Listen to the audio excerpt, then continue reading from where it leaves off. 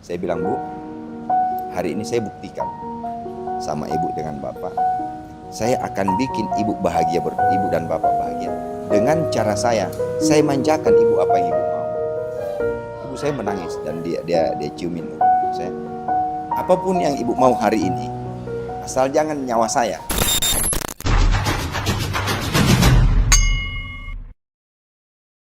Baik, kita berjumpa lagi di podcast Palu bersama saya Roni Sandi. Dan Assalamualaikum warahmatullahi wabarakatuh. Selamat sore.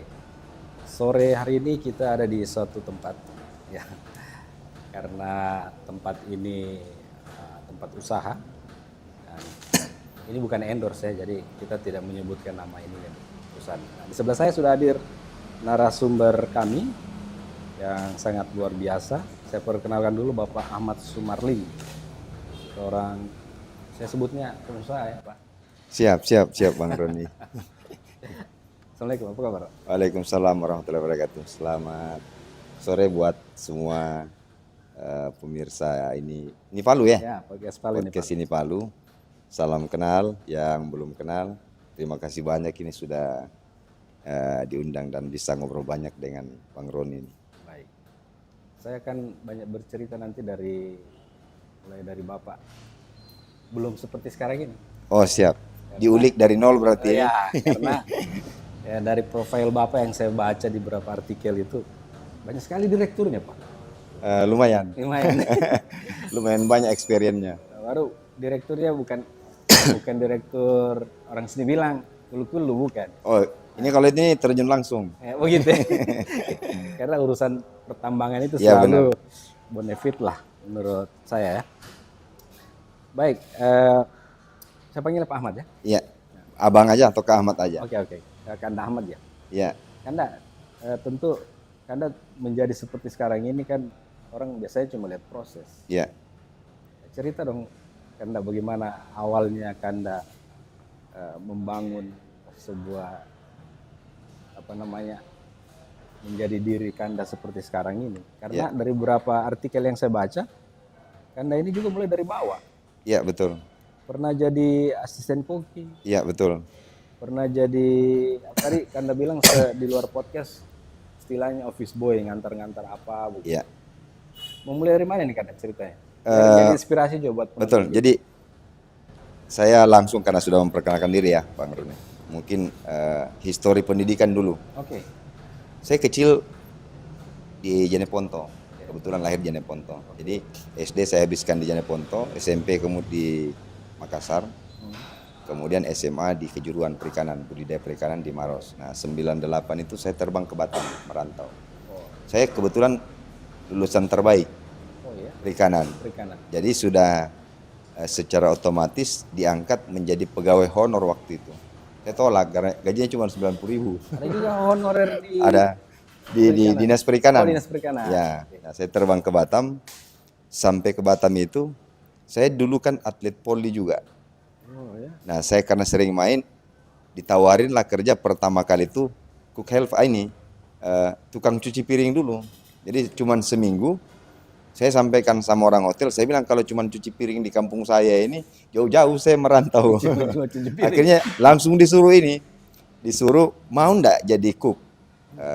Kalau bahasa ininya kan tukang masak nih, tapi di hotel bintang 4 waktu itu di Batam. Nah, saya belajar sekitar sebulanan, akhirnya saya dijadikan cook helper. Jadi kalau urusan masak-memasak itu dulu alhamdulillah ngerti. Nah, medio 9 setahun kemudian ada tawaran untuk kerja kembali ke dunia saya, dunia perikanan. Dunia perikanan itu tawaran kerja menjadi konsultan di Malaysia. Nah, itu di Malaysia itu yang banyak merubah hidup saya.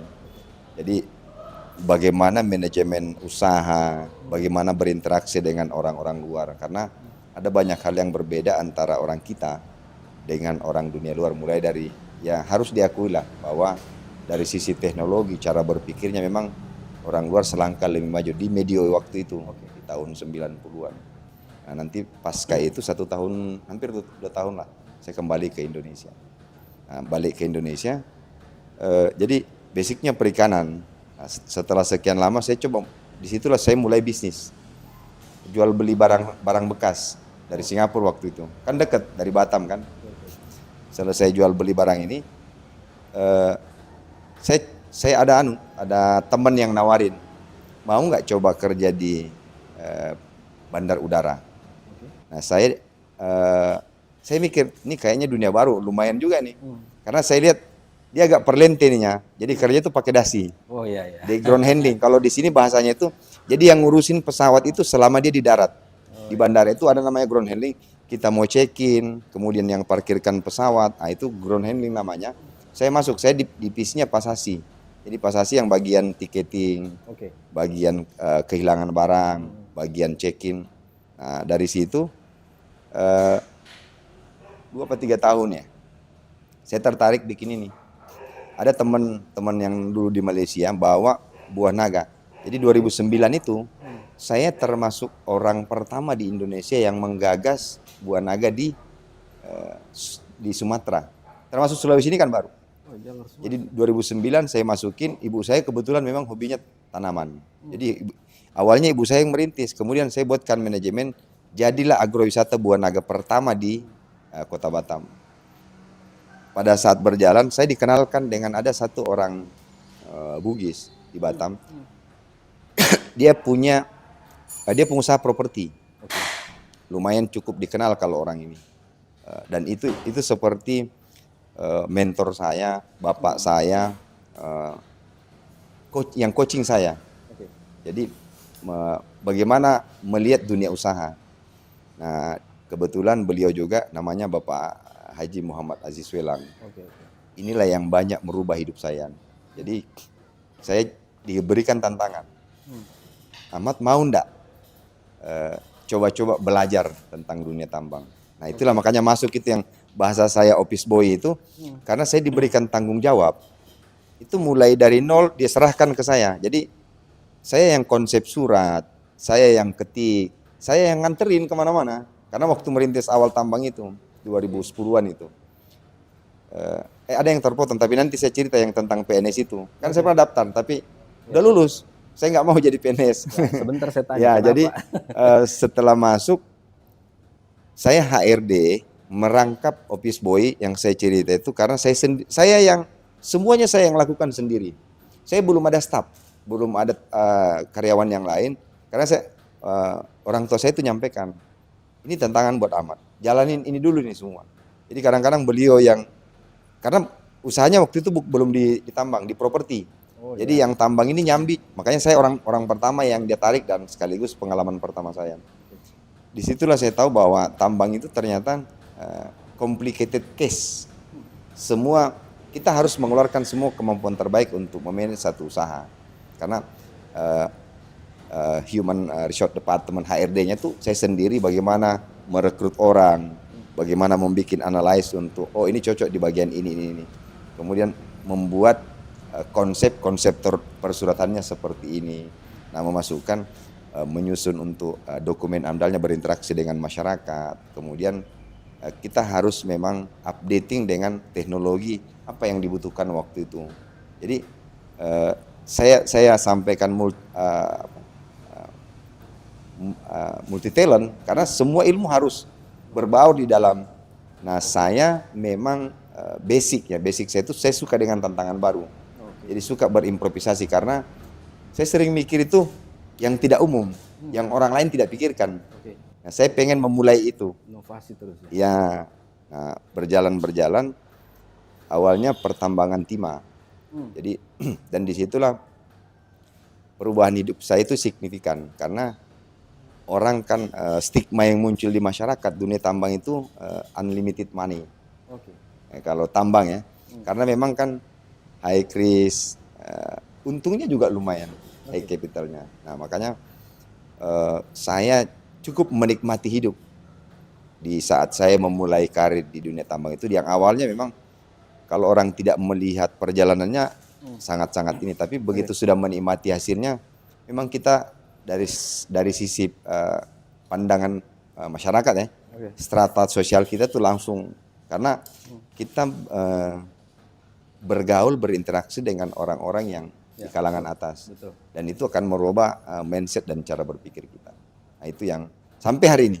Sehingga medio 2010 11 sampai hari ini sudah berapa tahun di dunia tambang. Saya jatuh cinta dengan dunia tambang. Nah itulah yang, dan itu juga yang mengantarkan saya bisa masuk ke Sulteng. Sampai 2017 masuk ke Sulteng, ngurusin tambang emas, kemudian nikel, dapat istri di sini, sudah ganti KTP. Oh ya, luar biasa. Baik Pak Ahmad, tadi kan kita sudah singgung soal ternyata Pak Ahmad ini dulu adalah PNS, kemudian mundur. Ya. Tapi saya bukan mau bertanya soal itu Pak. Ya. Saya mau tanya, orang tua ini kan pasti punya PNS. Ya, PNS pasti punya ekspektasi tinggi ketika Betul. misalnya harusnya Pak Ahmad ini jadi PNS, tidak harus merantau misalnya di awal-awal ditahu jadi asisten koki kemudian office boy. Bagaimana respon orang tua tahu waktu itu? Jadi Tidak gini, mau jadi PNS tiba-tiba merantau. itu lucu, sedih, dan bikin jengkel. Ya, jadi ada paradigma dulu yang muncul di tengah-tengah masyarakat, bukan cuman Jeneponto tapi secara keseluruhan lah ya. Kalau kita mau melamar orang, jadi media tahun 2000-an itu laki-laki kalau mau melamar perempuan kan orang nanya dulu.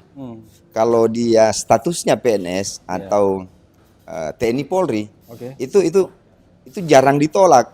Karena itu makanya tadi tuh ada privilege tersendiri di tengah-tengah masyarakat bahwa ASN itu memang sebuah prestise yang luar biasa karena tidak semua orang bisa masuk ke ranah itu. Nah, sementara di saat itu saya stigma berpikirnya bertolak belakang dengan tradisi yang orang kita Sulawesi. Nah, makanya waktu itu kan saya sudah kerja di bandara. Keren kan, saya pakai dasi. Saya dipanggil orang tua, ini ada pendaftaran PNS. Saya bilang, saya enggak mau Pak. Saya ini mau pensiun, ibu saya kan udah pensiun. Jadi bapak saya PNS, ibu saya PNS, kakak saya PNS. Yang satunya lagi, dia masih kerja di swasta waktu itu. Adik bungsu saya baru tamat di sekolah di Batam juga. Jadi saya sampaikan, enggak lah, saya enggak mau. Saya sudah cek, gaji PNS cuma 160.000. Gaji saya waktu itu sudah hampir 2 juta. Sudah hampir 2 juta per bulannya ya. Jadi terlalu jauh intervalnya nih. Saya harus merintis dari nol lagi ini, dari PNS ini. Sementara PNS saya lihat kayaknya nggak ada tantangan kalau bekerja jadi PNS. Versi saya ya waktu itu. Tapi orang tua saya bilang, bener nak.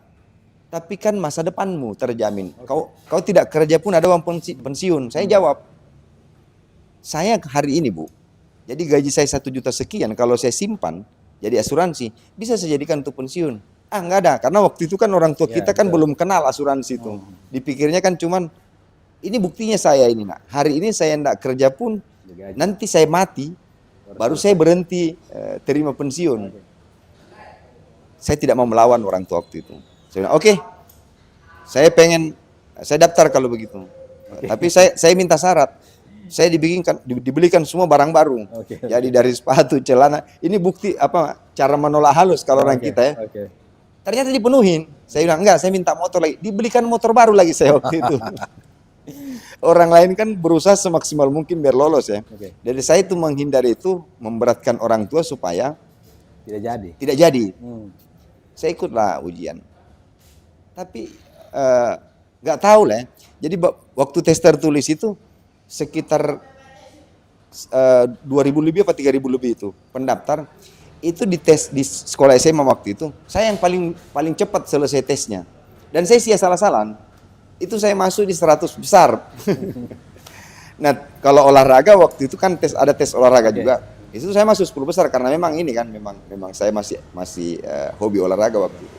Begitu pengumuman, saya yang diterima itu kalau enggak salah ya sekitar 180 apa 200-an. Dari pendaftar ini hampir 3.000 kalau enggak salah. Begitu lolos, saya ngomong, saya datangin ke kepala BKD itu. Saya bilang, Om, boleh enggak saya mundur jadi PNS? Jadi kepala BKD itu marah. Dia bilang, kau pikir ini Pemko Batam bapakmu punya? Tapi saya pulang ke Makassar. Jadi karena takut dengan orang tua ini, saya lari ke Makassar. Kan saya dikasih duit. Dikasih duit ini, uang ini saya bawa lari. Tapi sebelum saya lari ini, saya cerita sama adik saya. Yang baru tamat, Dek, kau cita-citamu apa? PNS Kak. Bagus, kau aja yang masuk, saya mundur aja. Jadi PNS ini orang pikir setengah mati orang mau masuk. Kamu kok udah masuk kok enggak mau? Iya, iya. Setiap orang nanya, saya bilang, orang tua saya, dari saya lahir sampai besar, saya enggak pernah lihat beli mobil. Itu yang saya ngomongkan ke orang. Jadi, kenapa standar saya mobil? Karena saya, di zaman itu, tingkat kesenangan orang, bukan kekayaan ya, tingkat kesenangan orang itu menurut kacamata saya ukurin tuh, keren dia pakai mobil ini. Nah, orang tua saya ngomongin, saya bilang, Pak, Bapak aja selama PNS, cita-cita saya jadi orang kaya. Saya pengen bermanfaat buat orang lain. Nah, kita mau bersedekah, mau berbagi. Lah kita hidup kita sendiri aja susah kalau jadi PNS. Bapak saya jawab waktu itu. Jadi kaya itu banyak jalan. Jadi orang baik banyak jalannya. Tetapi pengabdian ini paling tidak kau tidak kaya, tapi insya Allah hidupmu terjamin. Saya jawab, Bapak sudah jadi PNS, tidak pernah beli mobil. Mau marah Bapak saya, itu mau dipukulin saya. Saya larilah ke Makassar. Saya lari ke Makassar karena saya sangat menghormati orang tua saya. Dan saya tidak pernah melawan. Jadi cara saya itu menghindar. Disusul saya ke Makassar oleh orang tua. Dijelaskan begini, saya bilang, Pak, jangan dipaksa saya terhadap sesuatu yang saya ini. Karena itu bukan dunia yang saya buat saya nyaman. Saya lebih nyaman jadi pengusaha.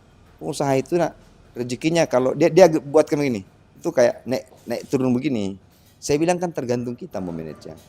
Karena memang hanya pengusaha yang untung dan rugi.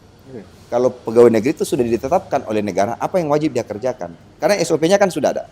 Nah, saya tidak suka pekerjaan monoton, apalagi yang di belakang meja itu.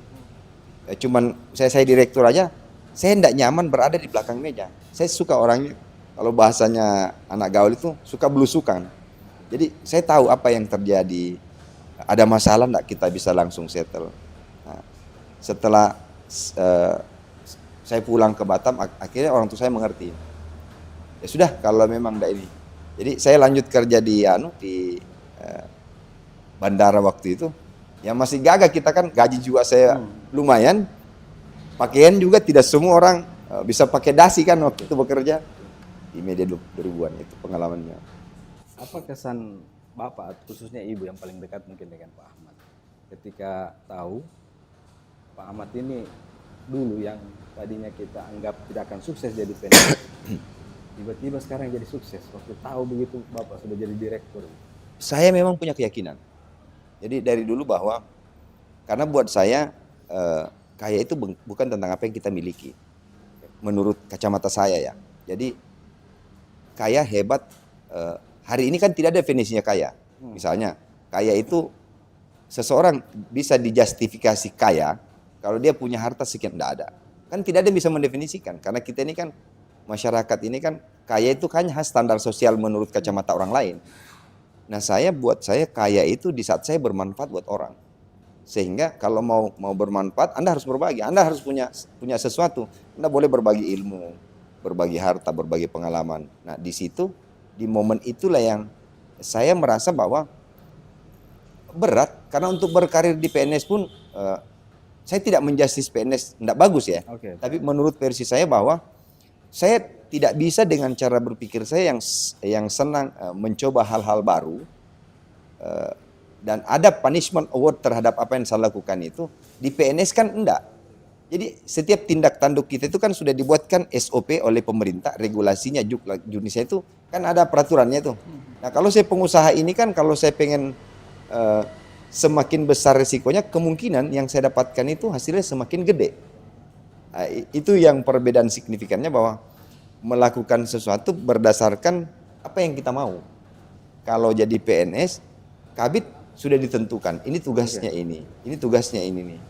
Kalau mau bikin surat, ini formatnya begini, ini persetujuannya ke ini, seperti itu. Jadi waktu yang paling keras menolak waktu itu Bapak sama Ibu? Ibu. Nah, saya mau tanya, Ibu waktu tahu Bapak tidak jadi PNS, ternyata Bapak lebih sukses, apa yang Bapak ingat Ibu sampaikan lagi? Jadi waktu saya punya 4 mobil waktu itu. Saya punya mobil Alphard, mobil Fortune, Camry sama Land Cruiser di Batam. Saya kayaknya dari banyak perantau anak Sulawesi ya, saya lumayan, grafik saya lumayan melonjak waktu di Batam. Saya datang ke ibu saya. Saya cium tangannya, saya peluk. Baru saya duduk di bawah. Bapak saya di atas. Saya bilang, Bu, hari ini saya buktikan sama ibu dengan bapak, saya akan bikin ibu bahagia, ibu dan bapak bahagia dengan cara saya manjakan ibu apa yang ibu mau. Ibu saya menangis dan dia ciumin saya. Apapun yang ibu mau hari ini, asal jangan nyawa saya. Tetapi kalau ibu mau apa aja, inilah saatnya saya membahagiakan ibu dan bapak. Jadi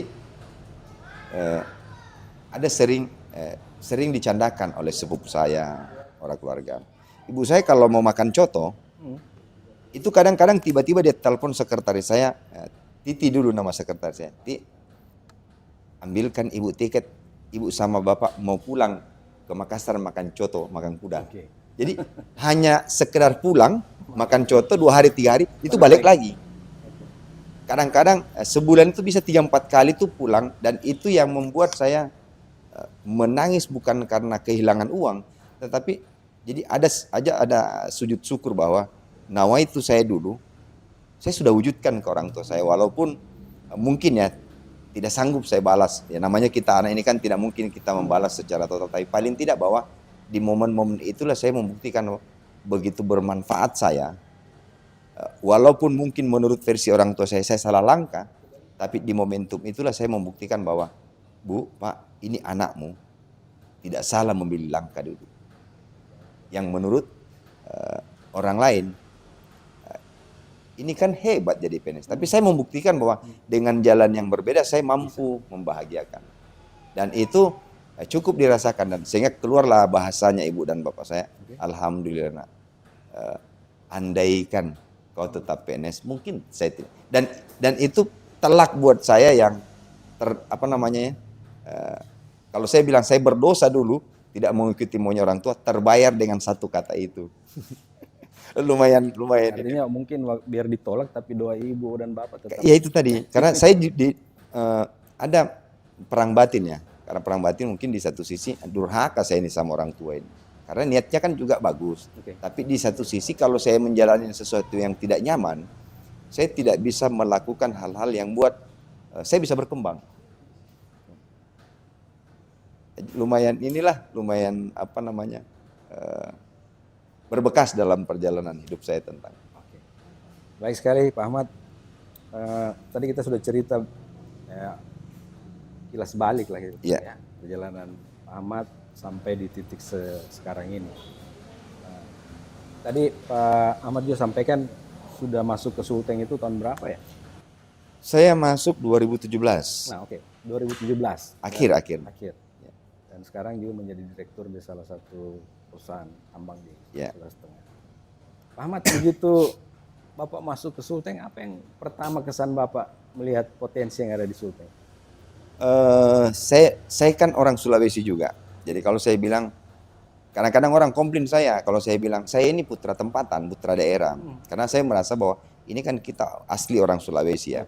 Nah, lebih kurang 4-5 tahun saya memang melakukan riset personal.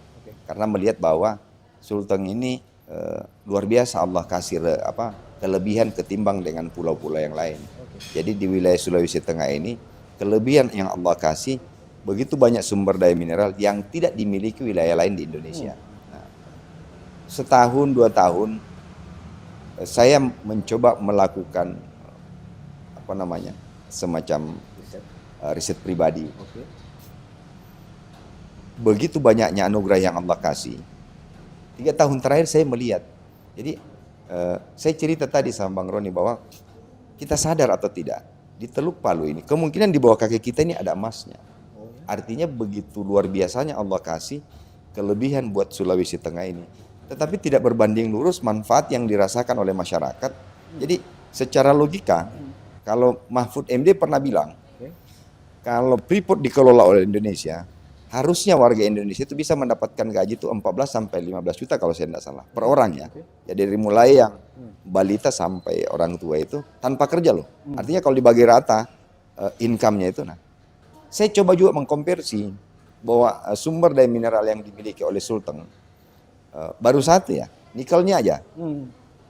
Nikelnya aja kalau dimanfaatkan benar, dikelola oleh daerah misalnya ya, itu kita bisa dapatkan gaji Bang, dengan jumlah penduduk 2 jutaan.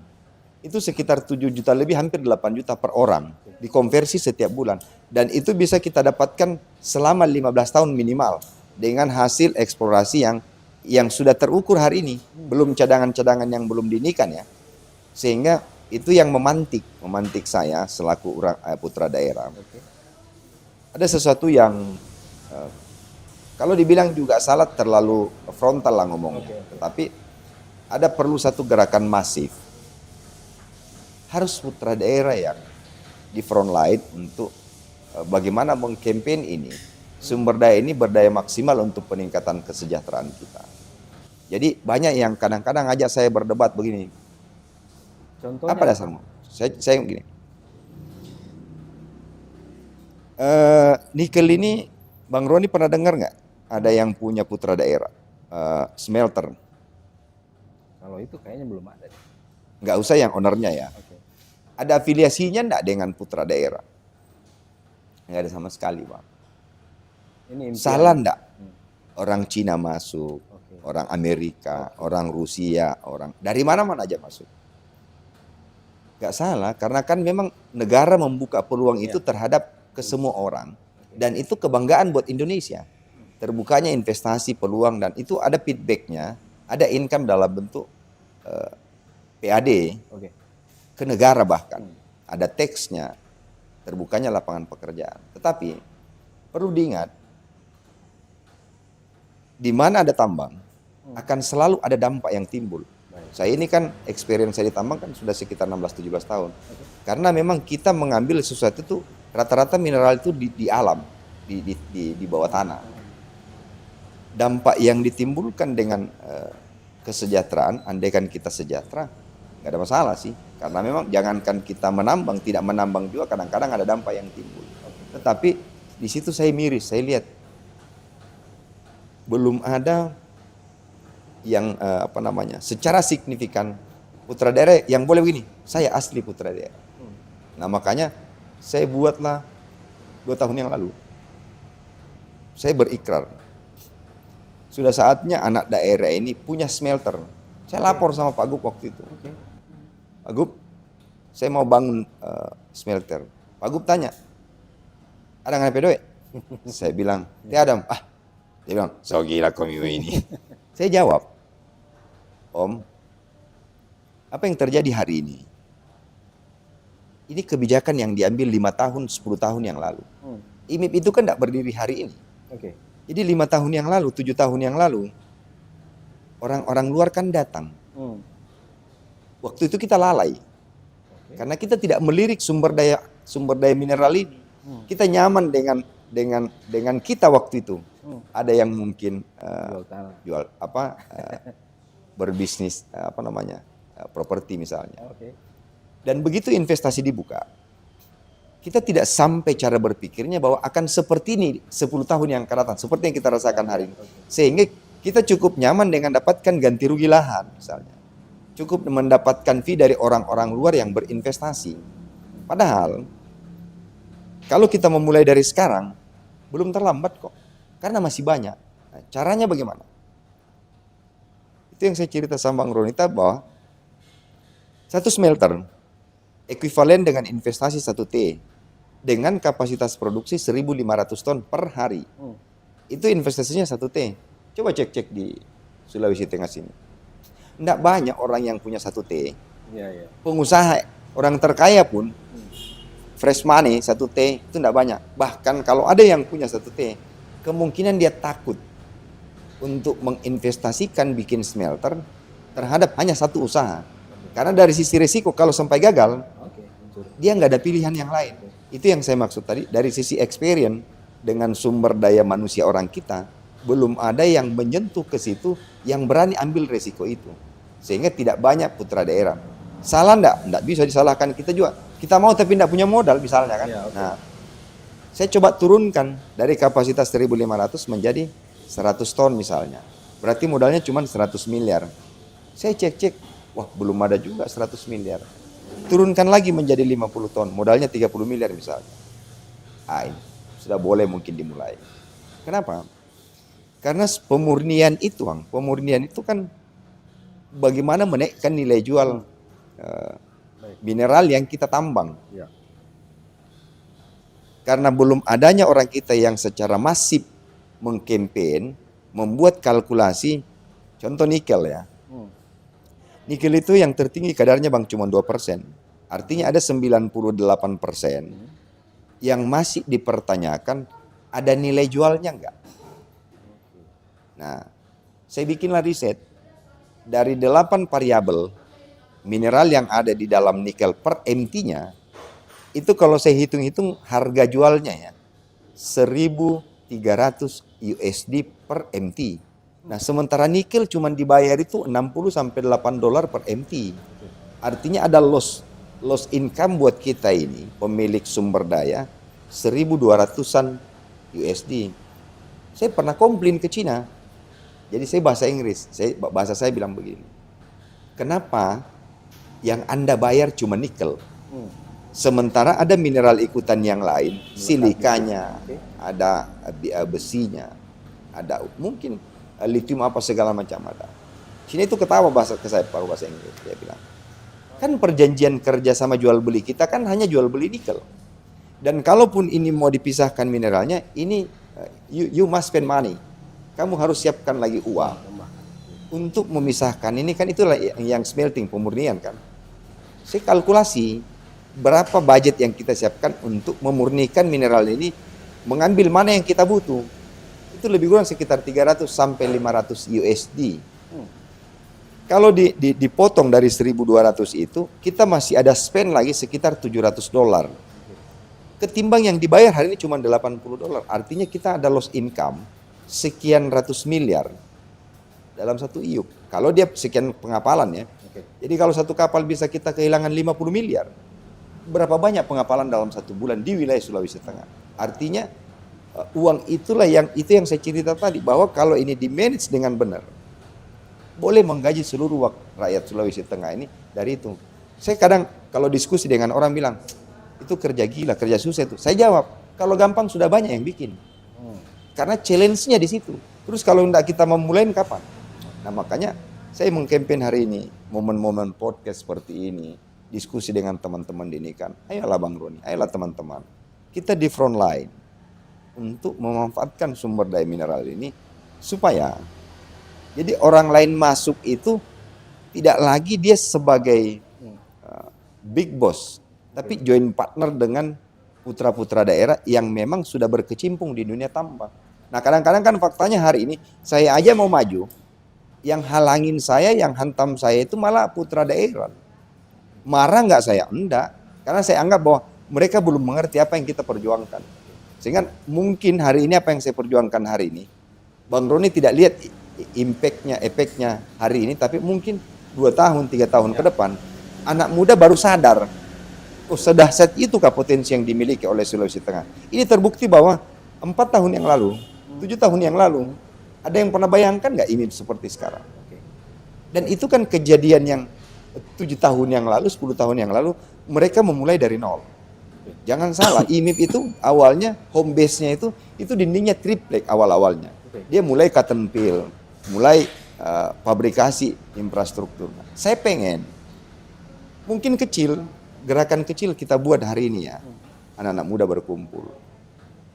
Tapi efeknya, kebanggaan buat saya kalau 5 tahun ke depan, dulu kalau bukan si Ahmad dan teman-teman yang memulai, enggak begini, itu yang saya pengen.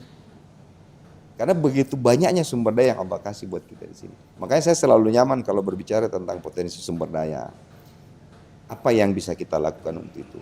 Memang ada kendala besar yang harus kita hadapi, regulasi. Tetapi saya buktikan ini. Saya kan bikin pilot project di Toli-Toli. Luar biasa regulasi ini.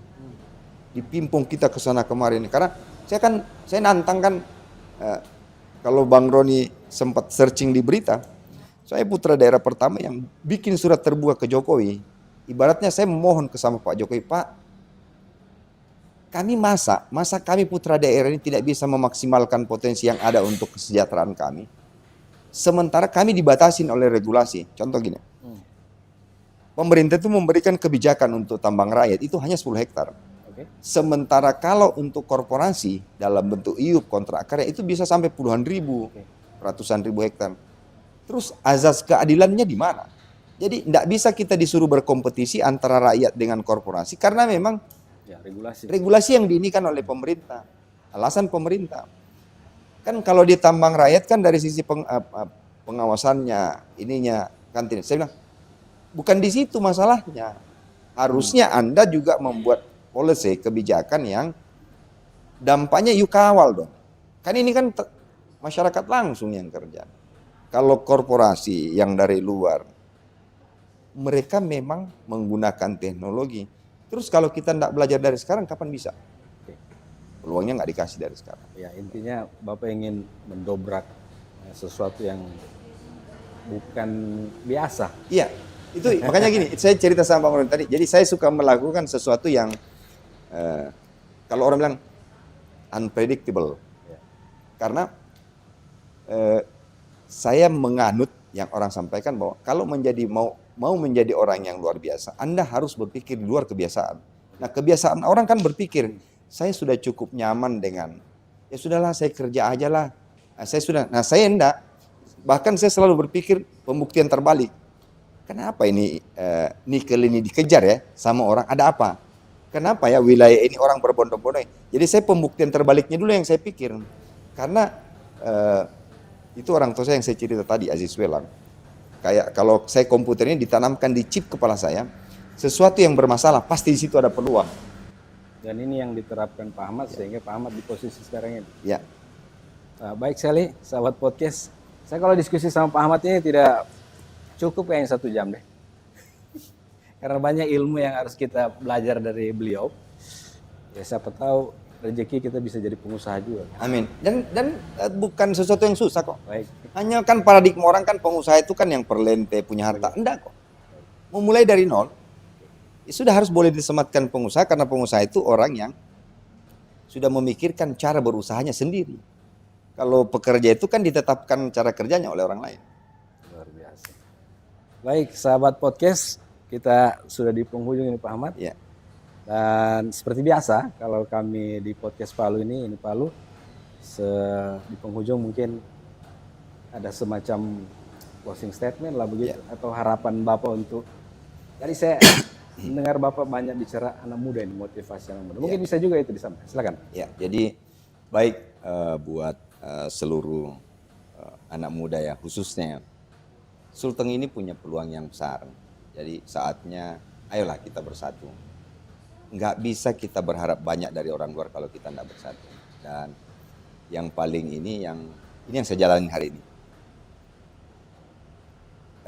Ini pesan dari orang tua saya juga. Satu waktu pada saat kita dihadapkan 2 pilihan antara harta dengan berbuat baik, pilihlah untuk berbuat baik. Sekecil apapun perbuatan baik itu. Karena yakin dan percaya efeknya 2. Kita bisa dapatkan di dunia, peluang-peluang kalau kita orang baik, orang akan sering memberikan jalan. Kebaikan itu sendiri akan cari jalan kebaikan. Yang kedua, di akhirat pasti. Nah, saya hari ini menjadi penganut fanatik sedekah. Berbagilah, berbagi ilmu, berbagi harta, berbagi pengalaman, karena semua itu kalau dibagi ada jaminan bahwa tidak berkurang malah bertambah. Jadi hari ini saya memantik anak muda, saatnya lah kita harus tampil di lini terdepan untuk memanfaatkan apa yang Sulteng miliki, karena tidak semua wilayah diberikan anugerah yang seperti Sulteng ini oleh Allah. Mungkin itu, dan sekaligus closing Bang ya. Sekiranya di dalam podcast kita ini mungkin ada gestur, ada bahasa yang kurang berkenan.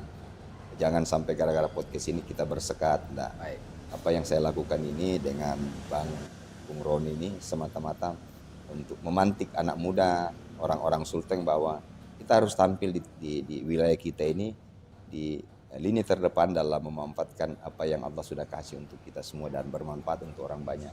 Karena kita semua bisa menjadi pengusaha, bukan berarti harus nanti dengan perlentian. Dengan kita ambil bagian lah untuk bagaimana mengembangkan Sulteng. Itu mungkin Bang. Baik sekali, sahabat podcast.